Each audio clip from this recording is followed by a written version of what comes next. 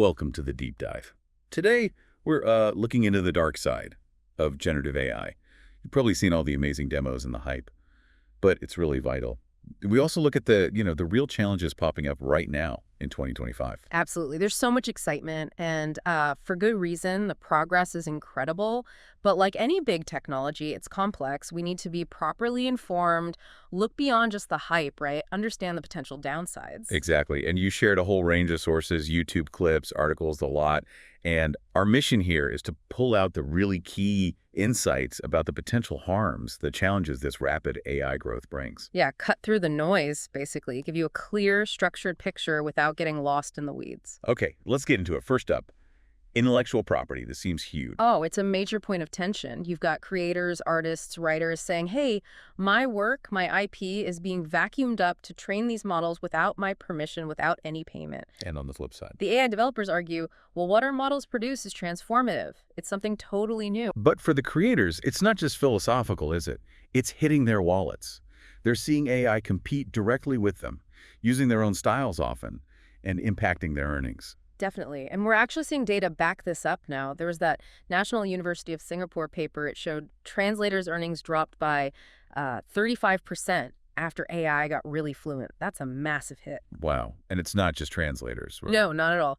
That Harvard Business School paper pointed to, I think, a 21% fall in knowledge work jobs and even 17% in graphic design roles linked to these image generators becoming widely available. So this isn't some far-off prediction. It's people's jobs, their income being affected now. The whole AI is just a co-pilot idea might be masking some pretty immediate disruption. It really might be. Now, the counter from the AI side often uses this Mona Lisa shredder analogy. Right. Shred the painting, use the pulp for something new, the original is gone. Exactly. The idea is the training data gets so crunched into statistics, it doesn't resemble the original works anymore. It's transformed. Okay, I get the concept. But legally, how's that playing out? You mentioned a key U.S. court case, Thomson Reuters versus Ross Intelligence. That was February 2025. Yes, and this is super important. The court actually sided with Thomson Reuters, the IP holder. Ross Intelligence had an AI tool for legal research, competing directly with Thomson Reuters. And the issue was the training data. Specifically, Thomson Reuters headnotes, those little summaries of legal cases. Ross used them to train its AI, and the court found that was copyright infringement. So the fair use argument didn't fly. Nope. The court rejected it. They said Ross's use was commercial, it was directly competing, and it wasn't transformative in purpose. It was still doing the same basic thing as the headnotes, helping with legal research. So it wasn't like he was using them for, say, artistic analysis or something completely different. Precisely. And the court was worried Ross's tool could just substitute for Westlaw, Thomson Reuters' product, hitting their market. Now, importantly, the Ross model was purpose-built for law, not like a general ChatGPT-style model. But still, the implication is huge, right? Massive. It's the first really clear ruling saying, yes, the training data and the model built from it can infringe copyright. That directly speaks to the creators' feels about AI undercutting their work and income. Okay, so that's the U.S. What about globally? Is everyone on the same page? Not really. It's quite patchy. The EU has its AI Act, which is trying to get ahead of this. It forces developers to disclose training data. Oh, interesting. Yeah, and gives IP holders ways to get remedies, like asking for their stuff to be removed or negotiating a license. That sounds more protective for creators. It does lean that way, but then you look at China, where current laws seem to allow using source data for AI training. Models like Quinn and DeepSeek developed there are considered legal in China. That creates a potential mismatch, doesn't it? If models trained under looser rules can develop faster or cheaper. Exactly. It poses a real challenge for global IP rights. How do you enforce copyright when models developed illegally in one place are used everywhere else? It could create a competitive advantage based purely on differing regulations. And this brings up that phrase we hear creators feeling their work is stolen. You mentioned there's a legal distinction there. Yeah, emotionally, stolen makes sense. You feel like something was taken. But legally, stealing usually means the original owner loses the thing entirely. With IP, the creator still has their copyright. They can still use their work. So the legal term is more. Infringement of intellectual property rights. It means unauthorized use, which is different from theft, where the original is gone. Using the right terms is important, especially when we talk policy. Got it. So looking ahead, what are the options for using AI more ethically, more legally? Transparency is key.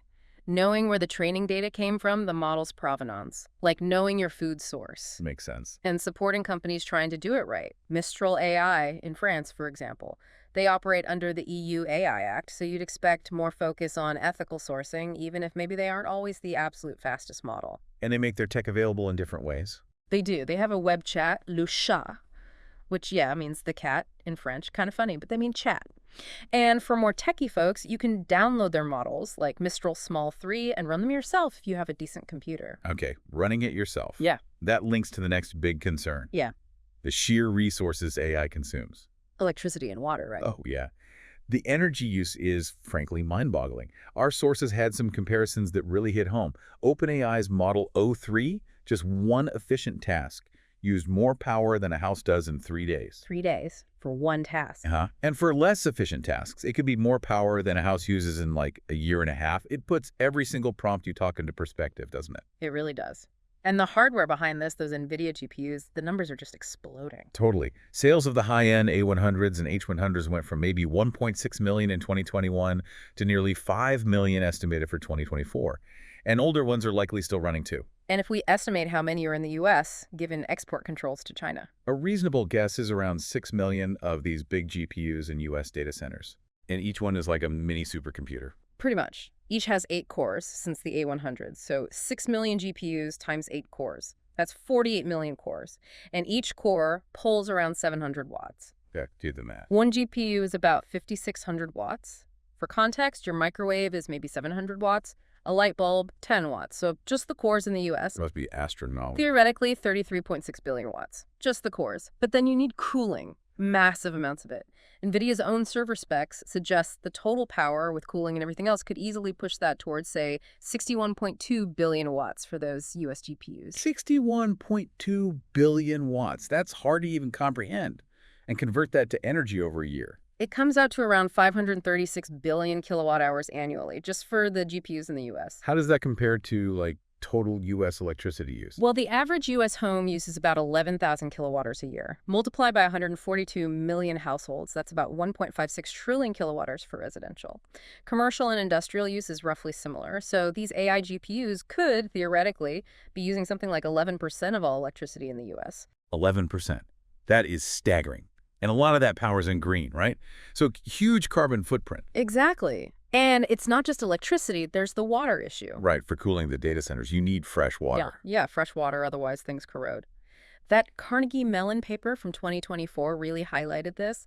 They estimated that one task in ChatGPT, maybe 3,000 words, can use up to 60 liters, that's 15 gallons, of fresh water. Whoa. It's partly the water used to generate the electricity in the first place, and partly the water used directly for cooling on-site at the data center, maybe up to 10 liters per task just for that. And that water's basically gone, right?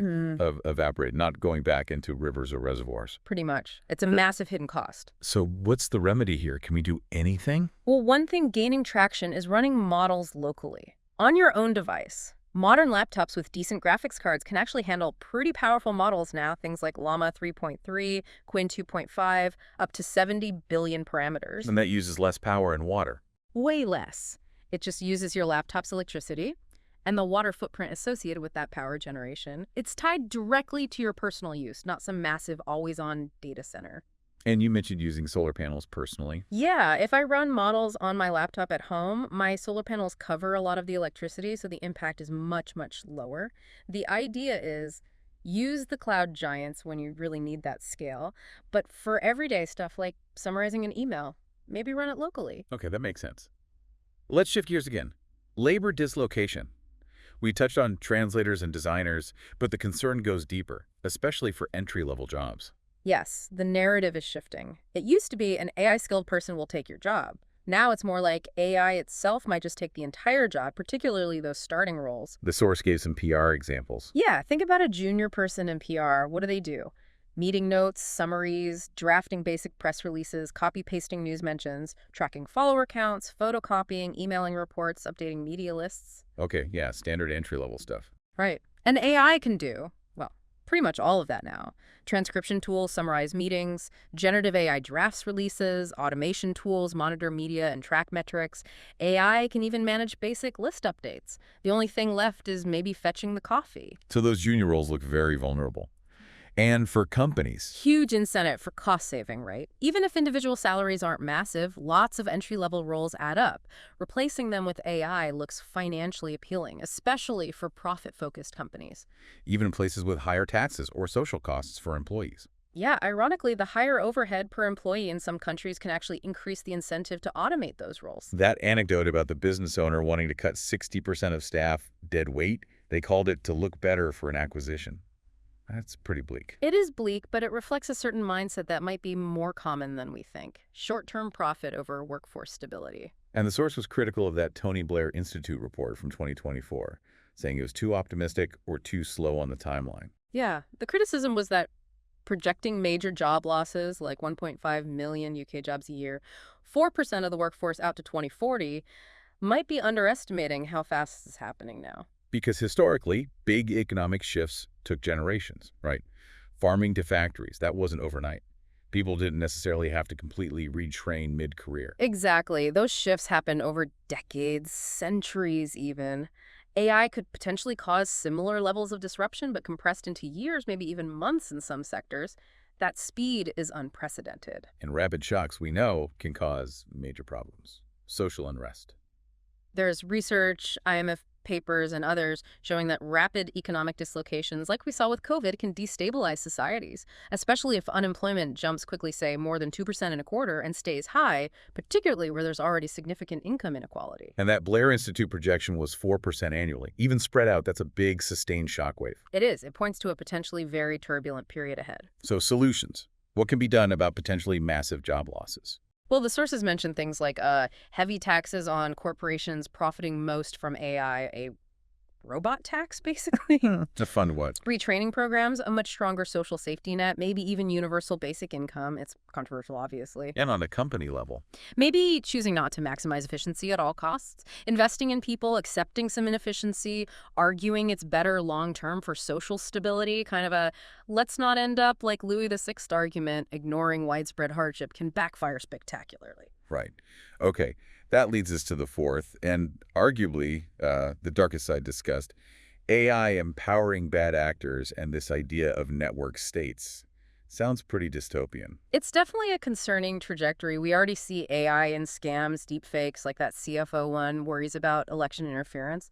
But this focuses more on the system being built by the big tech players. And the first part of that is just getting everyone hooked. Yeah, the push to make AI indispensable. Integrate it everywhere, get everyone paying that $20 a month, making it almost a basic utility like internet access. We saw that rush earlier this year, right? Yeah. Every company announcing AI features. Exactly. But the problem is all AI models have biases. They reflect their data, their creators' choices. That's unavoidable. But it gets worse. Intentional bias.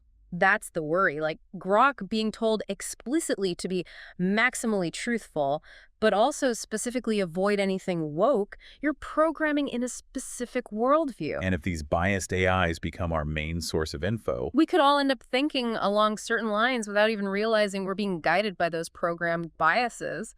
It's subtle conditioning. and this connects to money concentration. Massively. AI just amplifies inequality. One data center, maybe 50 employees, can power services doing the work equivalent of thousands, maybe millions of people. Whereas human wages spread through the economy. Right. People spend wages on rent, food, local businesses, machine profits. They tend to concentrate with the owners, get reinvested in more tech, maybe stock buybacks. Look at Anthropic, huge user base, relatively tiny workforce. The economic flow is just different. Which brings us to this network state idea. Who's behind this? The sources named figures often associated with this line of thinking, people like Mark Andreessen, Peter Thiel, Elon Musk, maybe Vivek Ramaswamy, J.D. Vance. They've written or spoken about it. And the core idea is, Basically that current society, current nations are broken. They need dismantling and rebuilding using venture capital logic with tech leaders, essentially, as the new rulers. Think the video game syndicate, but potentially real, autocratic, tech-run mini-states. wow, and AI's role is? To provide the labor. If machines do most of the work, you don't need a large, lower, or middle class. You can build these new societies with a much smaller population base, mostly the elite and the tech workers. And the scary part for us, the users. Is that our monthly subscriptions, our usage of these mainstream AIs, could be funding this very future. We might be paying to build a system designed to replace us or leave us behind. Okay, deep breath. Is there an alternative? Now, remedy. The main counterforce discussed is open model AI. Companies like Mistral, DeepSeek, Falcon, others, they often release their models freely, so you can run it yourself. Exactly. You bear the running costs electricity on your machine, but you're not directly funding potentially problematic agendas with subscription fees. And the big tech players, the tech bros, they don't like this. Generally, no. Open source threatens their $20 a month business model. If you can get great AI for free, why pay them? Now, DeepSeek specifically, there were privacy worries about their hosted versions. Yes, that's crucial. Using their website or app means your data goes through servers in China with their data policies. That's a valid concern, but the model itself, you can download that, run it locally, privately, securely. And big companies are using the DeepSeek model internally. Reportedly, yes. AWS, Snowflake, Perplexity, they see the power and efficiency of the model itself separate from the hosted service. So even with potential hardware restrictions for Chinese firms, models like DeepSeek are efficient enough to be competitive. Very much so. Their efficiency threatens the whole billionaire dictator wannabe model, as the source put it. If state-of-the-art AI is cheap or free to run, It undermines the economic base for these network states. precisely, any country, any company, any individual can potentially access top-tier AI without paying tribute to Silicon Valley. They can install local, safe versions of models like DeepSeek and be independent. And these open models, the innovation is shared. Often, yes. Mistral, DeepSeek, they publish papers, release code. That fosters wider progress. There was mention of the UNSO toolkit letting you convert almost any model to work like DeepSeek's reasoning model for maybe $30 of compute time. So it makes powerful AI incredibly accessible. Exactly. It empowers individuals, smaller companies, nations without huge budgets, without forcing them to fund potentially dystopian visions. Okay, that's a lot to take in. We've covered some really heavy, potentially quite negative aspects of AI. It can feel a bit overwhelming, maybe even disheartening compared to the usual positive spin. It can, absolutely, but it's realistic, isn't it? Powerful tools always have trade-offs. They have costs, they have unintended side effects, and yes, bad actors will try to misuse them. Some, like the network state proponents, might even be open about intentions that aren't, let's say, universally beneficial. But we also talked about remedies throughout this deep dive, right? It's not all doom and gloom. Open models, local AI, using tech efficiently, supporting companies trying to do good. Exactly. There are positive paths. And some problems, like people with bad intentions, are just human problems. They need human solutions, not just tech fixes. We're definitely in a challenging time. The world order feels like it's shifting, lots of uncertainty. But AI is this incredibly powerful new tool in the mix. It really is. That old line, with great power comes great responsibility, feels very relevant here. And that responsibility falls on everyone, from the casual user to the big labs. So the call to action is use it wisely. I think so. For you listening, whether you're just starting with AI or you're an expert, think about how you can use it, how we can all use it for the benefit of as many people as possible. Because if we do get it right, The future could look a lot more like Star Trek than Mad Max. It's a choice we're making now. a choice we're making now. That's a powerful thought to end on. So for you listening, having heard all this, what stands out? What do you see as the biggest risk or maybe the biggest opportunity with AI? And what part can you play in nudging it in a better direction? Something to think about. Thanks for joining us for this deep dive. Thanks for watching. If you enjoyed this video, give it a like to show your support. Got thoughts, questions, or ideas? Drop a comment below. I'd love to hear from you. Subscribe and hit the to stay updated on my latest content. See you in the next video.